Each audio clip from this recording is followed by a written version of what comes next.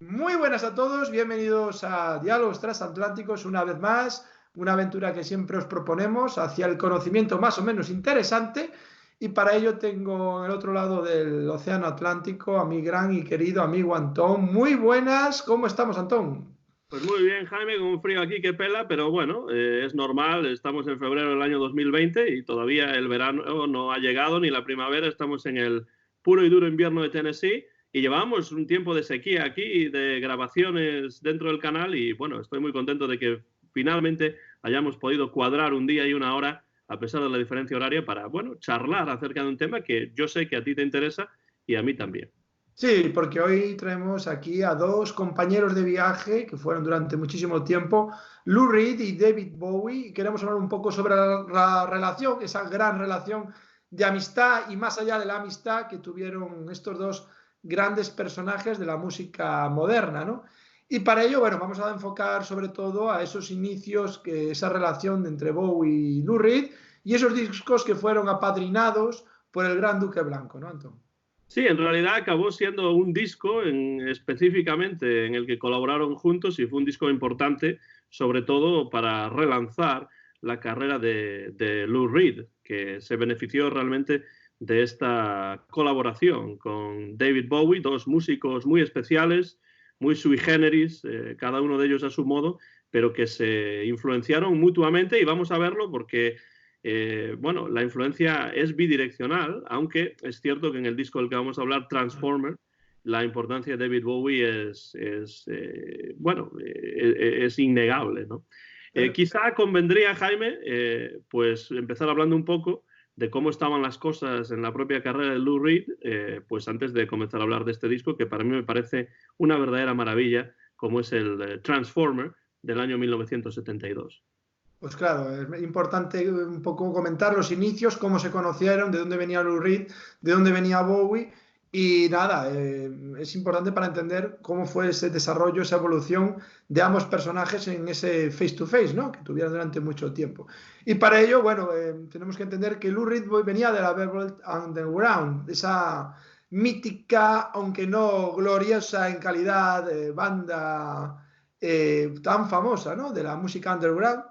Y bueno, pues después bueno, de que Lou Reed pertenecía, bueno, pues que fuera un miembro activo, si no el líder de la banda, pues tuvo una especie de época gris, oscura, sin ningún tipo de producción musical, y estuvo en un bufete, ¿no? El bufete de su padre, pues, si no entiendo, si no leí mal por ahí, durante un tiempo, hasta que Bowie conoce a Bowie, y conoce a Bowie en Nueva York, ¿verdad, Anton?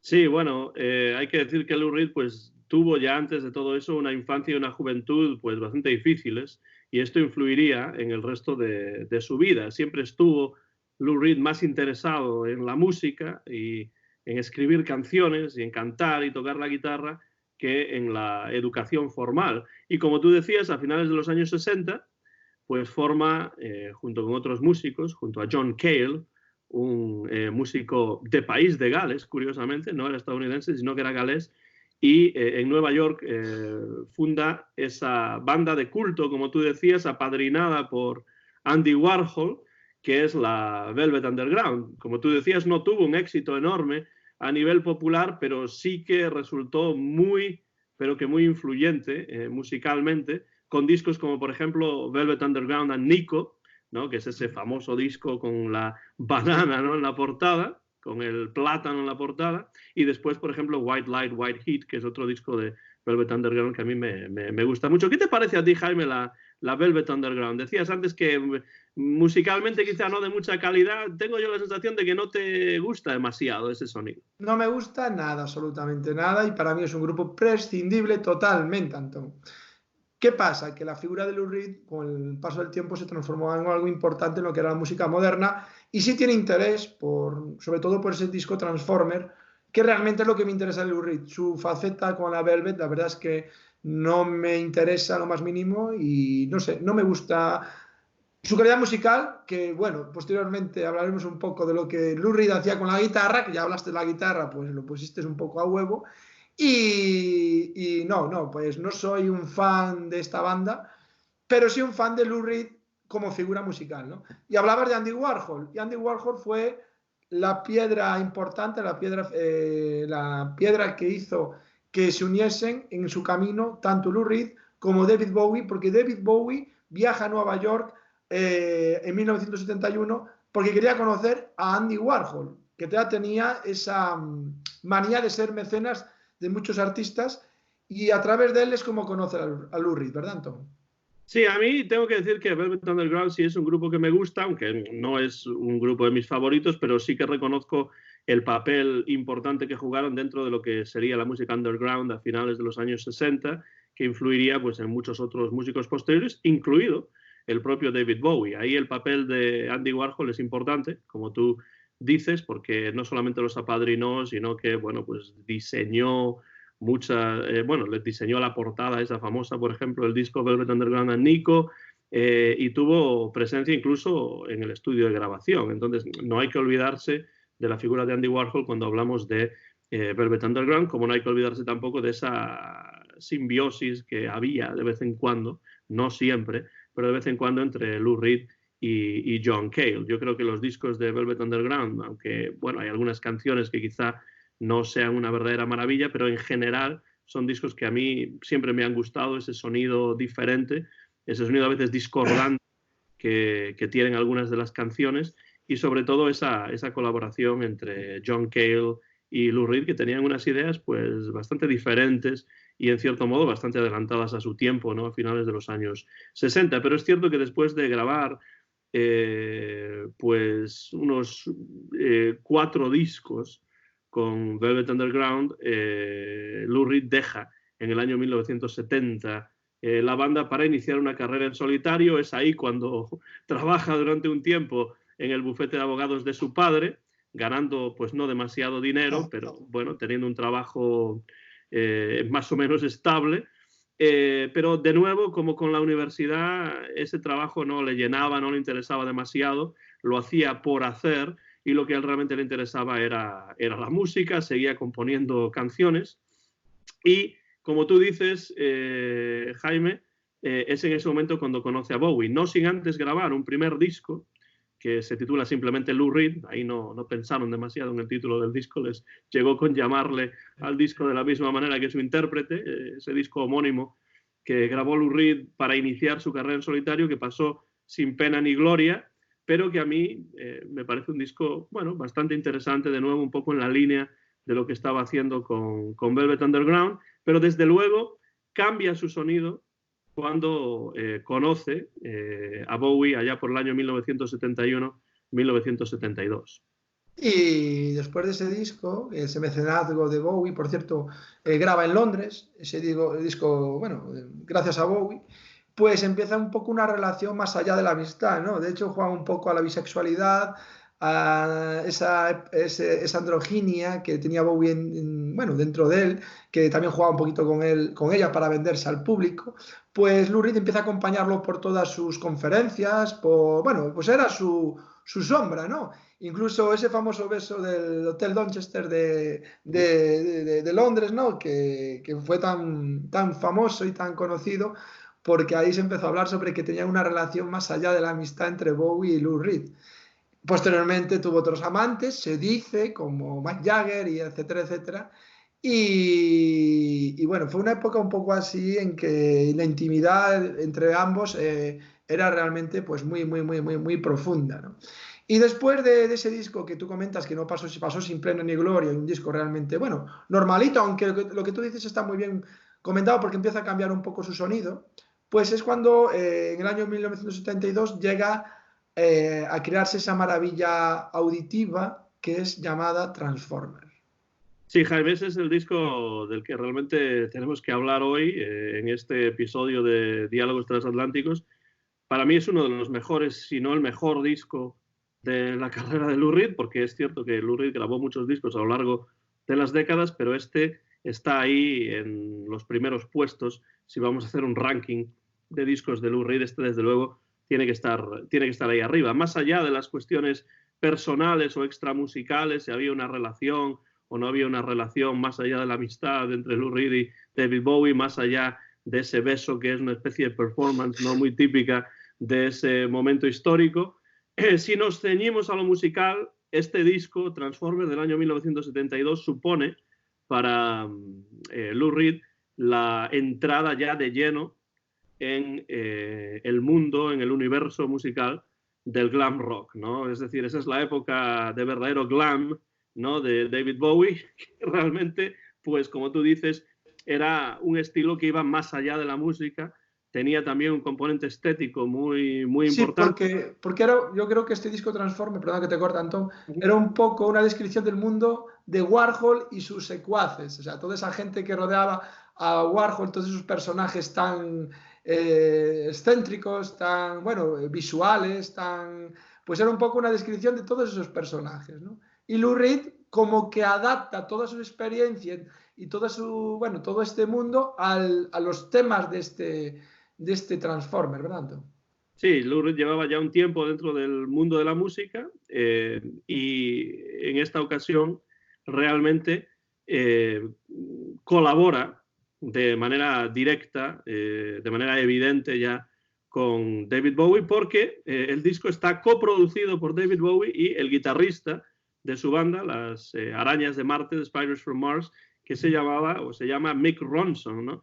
Entonces está coproducido por ellos dos este disco y evidentemente el sonido del glam entra con fuerza en la música de Lou Reed. Bowie, como habíamos dicho antes, se había visto influido, en cierto sentido, a finales de los 60, por el sonido de la Velvet Underground, pero ahora le devuelve la pelota, ¿no? Le devuelve el favor, en cierto modo, a Lou Reed, pues coproduciendo este disco y sobre todo, y esto es muy importante, Jaime, otorgando una mayor visibilidad a Lou Reed dentro del mercado discográfico inglés, porque hasta el momento Lou Reed se había circunscrito a Nueva York, a los Estados Unidos, a esa escena underground, ¿no? De finales de los 60, principios de los 70, pero a través de esta conexión con David Bowie va a pues, pasar a convertirse en una figura conocida, importante dentro del Reino Unido, que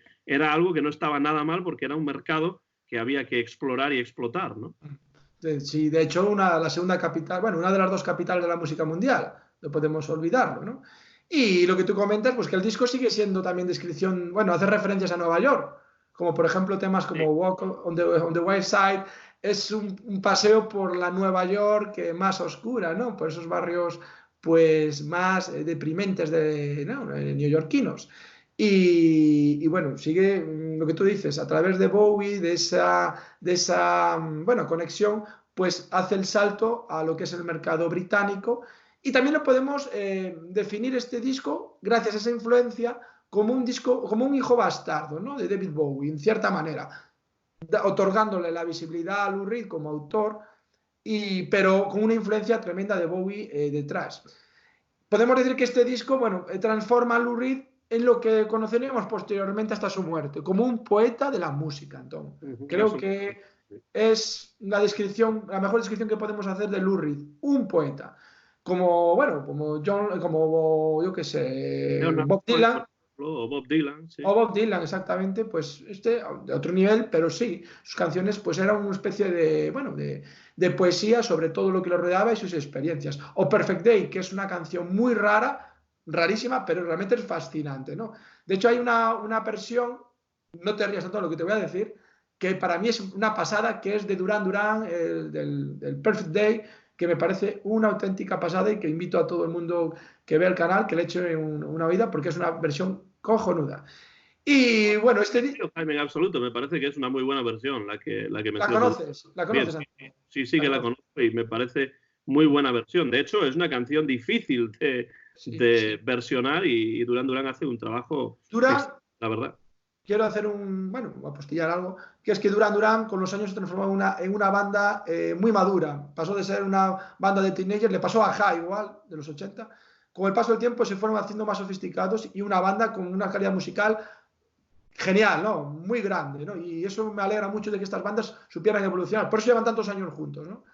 Este disco, la verdad es que al principio, Antón, era un poco desastre, ¿no? Porque las estructuras eran un poco desordenadas. Lou Reed asustó un poco porque era un poco incapaz de afinar su propia guitarra, Antón. Bueno, Lou Reed era un hombre, como tú dices, pues bastante indisciplinado, ¿no? En muchos Sí, sentidos, ¿no? Como muchos grandes de la música, pues era un tipo que, bueno, además de los problemas personales que tenía, también ciertos problemas con las sustancias alucinógenas, con las drogas y el alcohol y tal y cual, pues era un hombre, como tú dices al principio, pues que bueno, tenía unas canciones, pero las estructuras de las canciones no eran muy coherentes en algunos casos. De hecho, se nota en algunas de las canciones Pero eso todo. Antón, pero eso es algo preocupante para un productor o Sí, para, sí, por supuesto, claro, ¿no? incluso para el propio arreglista. Ver que lo que tienes que arreglar, pues su autor no sabe afinar una guitarra, algo muy simple y básico, ¿no? Para un músico profesional, ¿no? Quien pretende...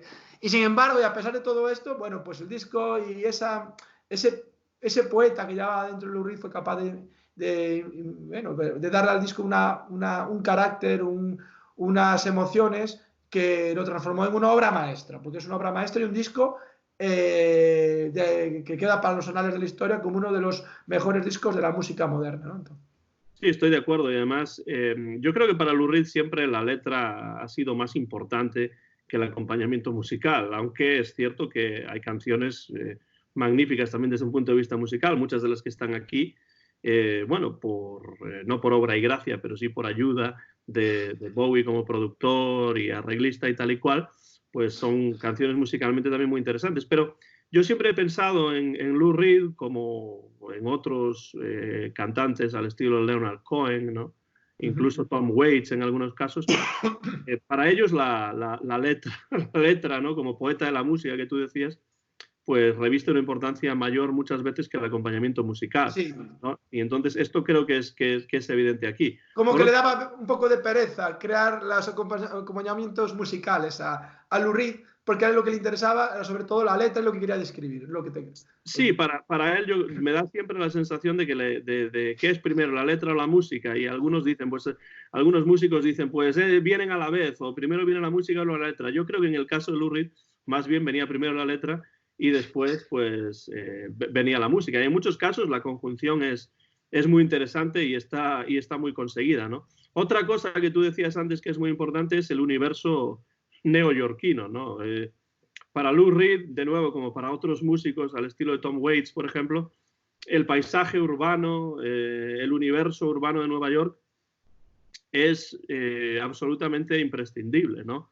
En sus canciones. Y esto Como se Sabina, mira, podemos hacer una analogía con Sabina, con Joaquín en, Sabina.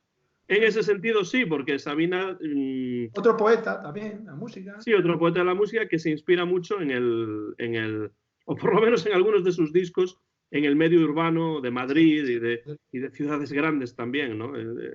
Bueno, no hay más que pensar en Pongamos que hablo de Madrid, ¿no? La gran canción de Joaquín Sabina. Pero bueno, sí, desde luego, Nueva York es un personaje que va más allá, pues simplemente de una escena, ¿no? En la que transcurren las canciones, en el caso de la música de Lou Reed, y yo creo que esto se ve también en este disco y en muchos otros de él. Es interesante también decir que algunas de las canciones que aparecen aquí ya Lou Reed las había compuesto o las había empezado a componer durante la época de Velvet Underground, y se habían quedado ahí pues en un cajón o un tanto olvidadas y las resucita, las recupera, las reimagina, las reinventa, ¿no?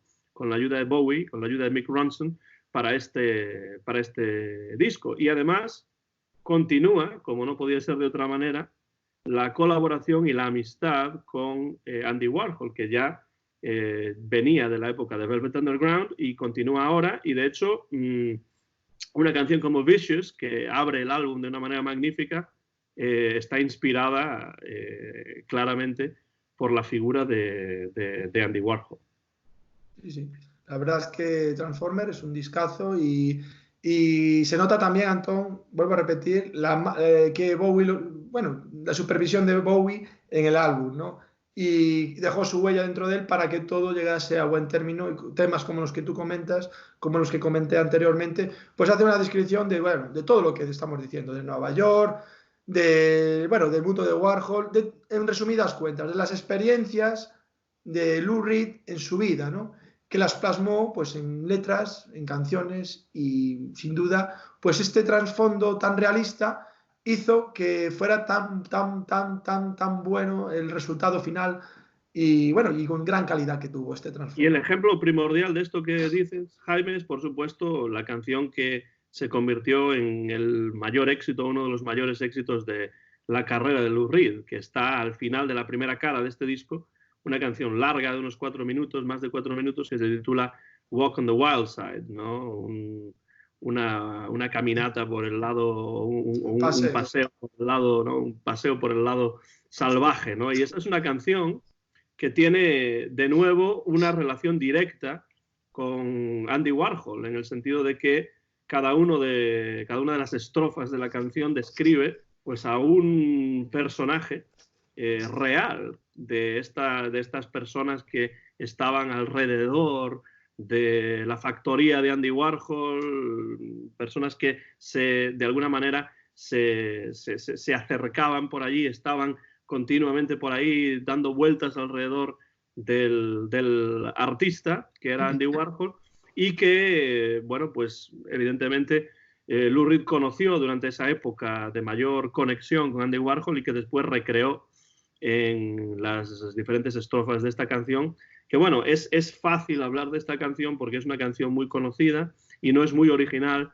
decir que es una de las más grandes canciones de Lou Reed, porque no solamente es que sea una buena canción, es que además tuvo éxito también en listas, cosa que no era muy típico o muy típica en la carrera de Lou Reed, que no está llena de números 1 y cosas así, sino que su música pues tiene otro tipo de amplitud y llega a otro tipo de gente, ¿no? Esta canción no solamente de Lou Reed, que prácticamente habla, recita la canción más que la canta, sino ese acompañamiento muy jazzístico, además, que yo creo que le va de maravilla a esta canción, que es Walk on the Wild Side. Pero bueno, hay muchas otras canciones dentro de este disco que a mí me encantan. Perfect Day la mencionabas antes, que es una canción bastante extraña, pero que es una canción para mí inolvidable. Me encanta Vicious, cómo empieza esa canción, el disco. Es una canción perfecta para iniciar este disco Transformer. Andes Chest también es una canción maravillosa. Y me gustan dos especialmente, que son Satellite of Love, que ya está en sobre la los celos. Esa canción habla sobre los celos. Sí, el satélite del amor, ¿no? Habla sobre, sí, el tema de los celos y cómo complican las relaciones amorosas, las relaciones humanas. Y después hay una cosa de Lou Reed que a mí, Jaime, siempre me ha encantado, y es como él es capaz de crear o encontrar o recrear poesía en lo cotidiano, ¿no? Y entonces una canción como New York Telephone Conversation, la conversación telefónica en Nueva York, es un buen ejemplo de esto. Es decir, una canción que realmente de una conversación telefónica cotidiana que no tiene quizá mucha importancia, pues Lou Reed es capaz de crear una canción breve, directa y para mí muy, muy interesante, que nos da una idea del tipo de compositor que era Lou Reed. De nuevo, la letra con mayor importancia que la música y una sensibilidad para encontrar poesía y encontrarlo, no voy a decir lo sublime, pero sí lo interesante, ¿no? En lo cotidiano. En lo cotidiano, ¿no? Y eso es algo para mí muy interesante en general de Lou Reed. Incluso sus discos menos interesantes te encuentras con canciones en las cuales pues esto ocurre, y bueno, cuando esto ocurre a mí siempre me interesa la música de Lou Reed, y me interesa especialmente este disco Transformer pues por la relación con David Bowie, por el sonido diferente en el que nos encontramos aquí. Y me gustaría saber, Jaime, ya que bueno, tú eres el mayor fan de David Bowie, el mayor experto en David Bowie que yo conozco personalmente, me gustaría saber, desde tu punto de vista, cuáles son las contribuciones que David Bowie hace a este disco Lou Reed Transformer. Bueno, para mí el sonido bebe mucho de muchos temas, de muchos sonidos que utiliza Bowie en sus discos, ¿no? Yo creo que la influencia es tan brutal, Antón, no quería decirlo así, pero es que es cierto, es tan brutal que incluso parece a veces un disco de David Bowie. Entonces, con esto quiero explicar que la influencia fue tan grande a nivel sonoro, a nivel arreglos, a nivel, bueno, pues que se nota que Bowie está presente en cada uno de los temas, ¿no? Y aunque cedió el espacio a Lou Reed para que su figura fuera reconocida, tengo que decir que, como vuelvo a repetir, que para mí parece a veces un disco bastardo de David Bowie por esa influencia tan brutal, porque suena a Bowie, ¿no? Y bueno, estamos hablando también de una persona extraña como Lou Reed, junto a otra persona tan extraña como David Bowie. Incluso las personalidades se ven reflejadas en todos esos temas que suelen utilizar en todos sus discos. Por lo tanto, para mí la influencia a nivel sonoro es brutal y vuelvo a decir, parece un disco de David Bowie, ¿no? Si le quitas la voz de Lou Reed en sus temas, ¿no? Pero bueno, Lou Reed le impregna de personalidad con esa voz tan característica que tiene y es fantástico escucharlo, sin duda. También es cierto que David Bowie no se limita a producir, sino que también toca coros, y los coros, hay coros en por los ahí. coros también, como Coros, dices, exacto, ¿verdad? Exactamente. Los coros Bueno, aparecen también. Sí. Estamos hablando de una obra maestra y bueno, y creo que con esto creo que queda un poco reflejado lo que importante fue Lou Reed, que por desgracia tuvo un final de vida pues no realmente, digamos, justo con su figura a nivel musical, porque está un poco en ostracismo, ¿no? Últimamente, en los últimos años, y un poco denostado. De hecho, cuando vino a Santiago, ¿te acuerdas? O por el tema de... Fue súper criticado por su concierto, por todo, y tuvo un final un poco así, bueno, pues injusto, justo, y bueno, me da un poco de pena por ese sentido, ¿no? Pero bueno, de aquí hacer un poco de, bueno, de recuerdo, un poco de justicia con la figura de este gran artista, ¿no? Bueno, sus problemas personales y sus problemas con las drogas y con el alcohol, Claro. pues no ayudaron a su carrera, evidentemente. Y bueno, pues tuvo momentos muy bajos. Transformer es uno de sus momentos más altos en su carrera, puntos álgidos de su discografía. Pero es cierto que también tuvo momentos difíciles en el terreno personal, también en el terreno profesional y musical. Y lo que sí es cierto es que pese a que se comprendían o se entendían muy bien musicalmente David Bowie y Lou Reed, parece ser que la relación entre ellos después de este disco no acabó demasiado bien, ¿no? No, absolutamente. La verdad es que hubo problemas entre ambos y fue otro también de, no, de las penas que quedaron. Y estoy seguro que Bowie, bueno, pues quedó un poco, pues, bueno, pues dolido por haber terminado así su relación con una persona con la que compartió tanto, ¿no? Desde la distancia y la ignorancia, creo que fue una pena que su relación pues se deteriorase tanto y bueno, pues una pena absoluta porque, vuelvo a decir, Lou Reed murió en una época muy baja de su vida en todos los niveles, tanto personal como, de hecho estaba saliendo con un travesti, una cosa así súper extraña, llevaba un montón de años, unos años con, bueno, una vida muy loca que refleja la personalidad de esta persona tan caótica, porque una persona caótica, pero con talento, para que estuvo en el momento adecuado, en el instante adecuado y con la gente adecuada para crear un discazo como Transformers. Y solo por eso merece la pena recordar su vivencia musical y la importancia que tuvo como figura, ¿no? Y el choque de personalidades que acabó con esa relación personal y también de egos. Entre Lou Reed y David Bowie, pues la verdad es que es una lástima también porque nos privó de quizá una colaboración más larga en la que llegasen más discos a lo mejor y bueno, pues quizá poder podría ir quizá en mayor profundidad disco tras disco, pero realmente solo hubo este disco y este disco realmente tuvo una importancia capital en la carrera de Lou Reed y de hecho si uno escucha el siguiente disco de Lou Reed después de este Transformer del año 1972, pues nos encontramos con el Berlín, que es un disco conceptual no producido ya por Bowie ni mucho menos, pero en el que todavía se escucha esa impronta musical que ya se escucha en el Transformer y que unió a ambos de una manera tan clara y tan excepcional.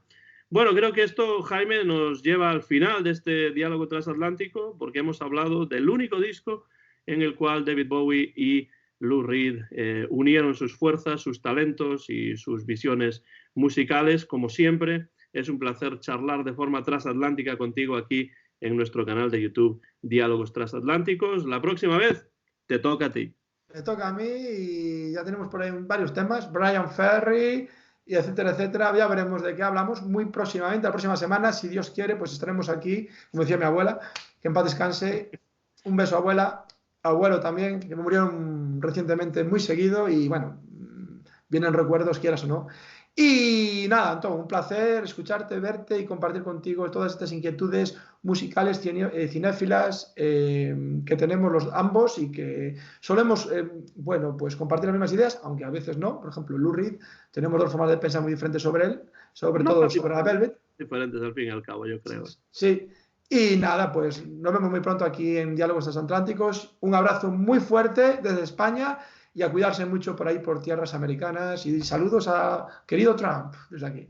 Bueno, ahí yo no sé si voy a poder entregar o querer entregar ese tipo de saludos para ciertas personas, pero lo que sí diré, tanto para ti como para toda la audiencia, un saludo desde el sur de los Estados Unidos y un recuerdo especial. Algún día hablaremos otra vez, porque ya lo hemos hecho, para el gran Kirk Douglas, que ayer, por supuesto, murió a los 103 años y bueno, es una pérdida importante, no por lo que podría haber hecho, porque ya tenía 103 años, sino por bueno, lo que significa el gran Kirk Douglas para los amantes del cine clásico de Hollywood como tú o como yo. Hasta la próxima, Jaime, y un saludo para toda la audiencia de Diálogos Transatlánticos.